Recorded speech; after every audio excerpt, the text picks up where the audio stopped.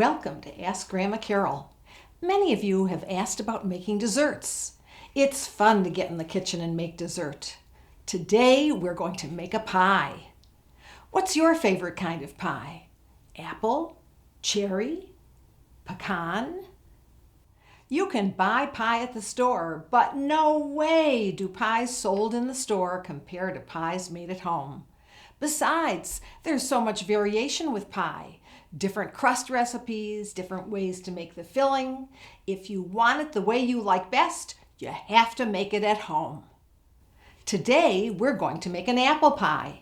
I'm using a recipe that my grandmother used when she baked, and I really loved my grandmother's pies. To start, let's preheat the oven to 350 degrees.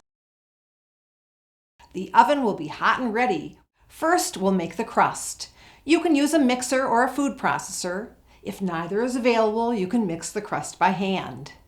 This recipe makes enough for a 10-inch double crust pie. It calls for 2 cups of flour, 1 teaspoon of salt, 2/3 cup of margarine, and 5 tablespoons of water. I like to use cold margarine when I make pie crust. It seems to help everything come together. Once the crust forms a nice ball, it's ready to use. Take a little over half the dough to roll out for the bottom crust. You can lightly flour the surface you're going to roll on, as well as the rolling pin before starting. If you don't have a rolling pin, you can use a bottle. You'll need to turn the dough over repeatedly and roll on opposite sides. The dough will become larger and thinner as you do this. Once it's large enough, you can move it to the pie plate. I find the easiest way to do this is to roll the dough onto the rolling pin and then roll it off onto the pie pan. Then trim around the edge of the plate with a sharp knife. When you're done, set the pie plate aside. Now it's time to peel the apples. This can be done by hand with a mechanical apple peeler or an electric one. If you're making only one pie, it's easy to do it by hand. At holiday time, I make lots of pies, so I use an electric peeler then. I like to cut apples in sections that are large. Chunky apple sections ensure the pie won't get mushy. How do you like your apples? Mushy, crunchy, or somewhere in between? After the apples are peeled and cut, it's time to start assembling the pie. I put 2 tablespoons of flour on the bottom crust, followed by 3 tablespoons of sugar. Now fill the pie plate with apples. I like using tart apples like Ida Red, Empire, or Granny Smith.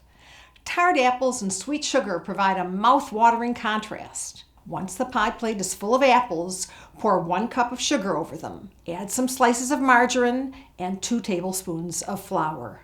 Now it's back to rolling the dough for the top crust. Once this is done, place it on top of the pie. Trim around the pie plate to cut off excess dough. Now pinch the 2 layers of dough together between your 2 thumbs and forefingers, moving around the entire pie.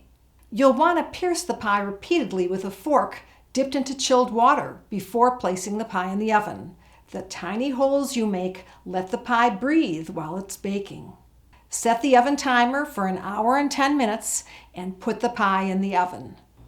The kitchen smells like heaven, and it's time for the pie to come out. Oh my! Now let it cool before cutting into it. Time for a taste test. Delicious. The recipe will be posted at AskGrandmaCarol.com. Do you have a question for Grandma Carol? Email me at AskGrandmaCarol@yahoo.com. Yours just might be one of the questions I answer here on the show. And don't forget to like, subscribe, comment, and click the bell so you're notified about new Ask Grandma Carol videos when they come out. I'm so glad you're here.